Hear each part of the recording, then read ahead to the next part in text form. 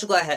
तो चलिए क्वेश्चन आपका है, प्रकाश का अपवर्तन किसे कहते हैं। ठीक है, तो चलिए आपका ये जो है शॉर्ट क्वेश्चंस में भी आ जाता है और वैसे भी समझना तो है ही। तो चलिए दोनों एक ही साथ दोनों काम कर लेते हैं। तो देखिए बाबू, क्या है आपका, प्रकाश का अपवर्तन किसे कहते हैं। ठीक है, ये है क्या है, प्रकाश का अपवर्तन किसे कहते हैं।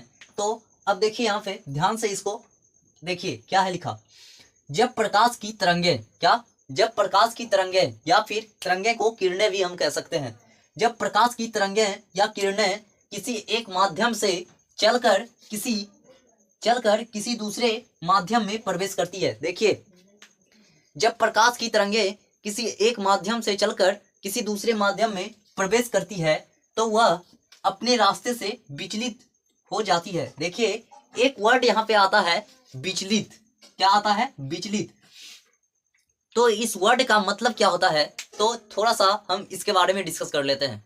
देखिए बाबू, विचलित का मतलब ये होता है कि जिस रास्ते से आप जा रहे हैं उस रास्ते में कोई बाधा, जिसको हम बोलते हैं इंटरफेयर, ठीक है, कोई बाधा आ जाता है और हम क्या होते हैं, उस पथ को छोड़कर क्या करते हैं, दूसरे पथ पे चले जाते हैं। तो उसी को हम क्या बोल सकते हैं, विचलन।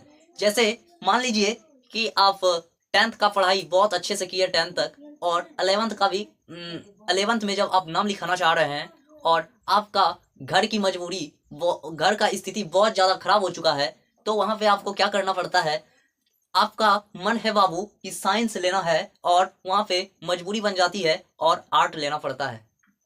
क्या समझे, आपको लेना साइंस था, आपका सपना साइंस था, बट घर के मजबूरी के कारण आपको आर्ट लेना पड़ता है।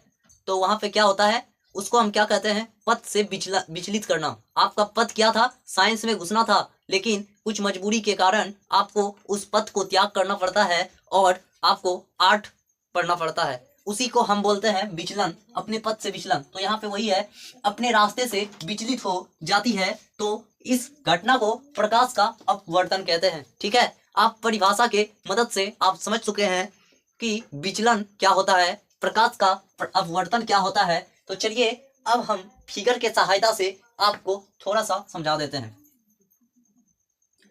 देखिए यहाँ पे होता यह है कि यहाँ पे पहले हम अपवर्तन को समझने के लिए दो माध्यम की जरूरी है। तो चलिए हम यहाँ पे ले लिए, इधर ले लिए हवा, क्या, हवा,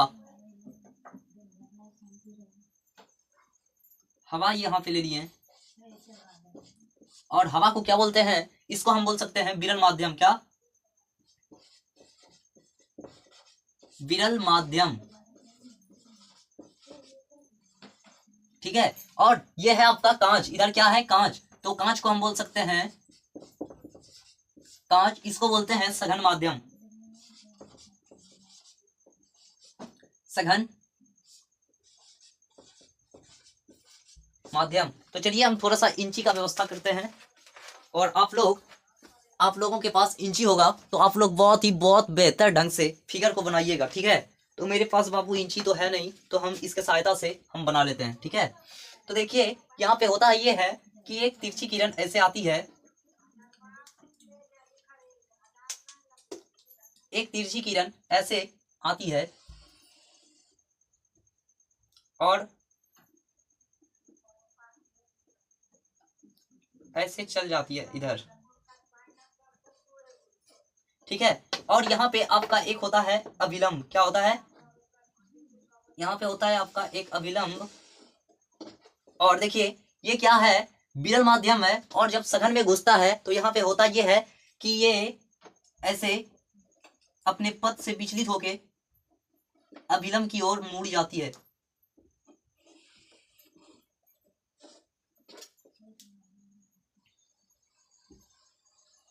इसको देखिए जाना चाहिए था इधर, लेकिन ये किधर चल गया बाबू, देखिए ये अभिलंब की ओर मुड़ गया। इसको आप नाम से दे सकते हैं, इसको बोल सकते हैं x, और इसको आप y से डिनोट कर सकते हैं, और यहाँ पे आप m लिख सकते हैं और इसको n से डिनोट कर सकते हैं। ठीक है, तो देखिए यहाँ पे होता ये है कि जब कोई किसी दो माध्यम है कोई, वहां पे एक तिरछी किरण आती है और अपने क्या होता है, अपने इसको जाना चाहिए था इधर, लेकिन ये अपने पथ से विचलित होकर अभिलंब की ओर मुड़ जाती है।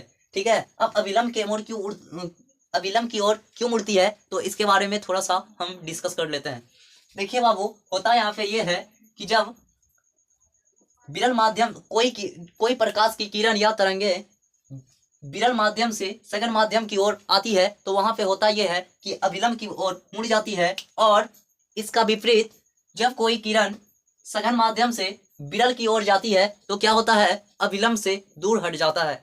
ठीक है, तो आई होप कि आप अपवर्तन बहुत ही बेहतरीन ढंग से समझ चुके हैं। यदि आप अपवर्तन को समझ चुके हैं तो बाबू प्लीज वीडियो को लाइक कर दीजिए और चैनल को सब्सक्राइब कर लीजिए और अपने मित्रों में ज़्यादा से ज़्यादा शेयर कीजिए और शेयर कर लीजिए, ताकि आपके साथ साथ उनका भी तैयारी अच्छे से हो सके। और मिलते हैं नेक्स्ट वीडियो में, तब तक के लिए जय हिंद, वंदे मातरम।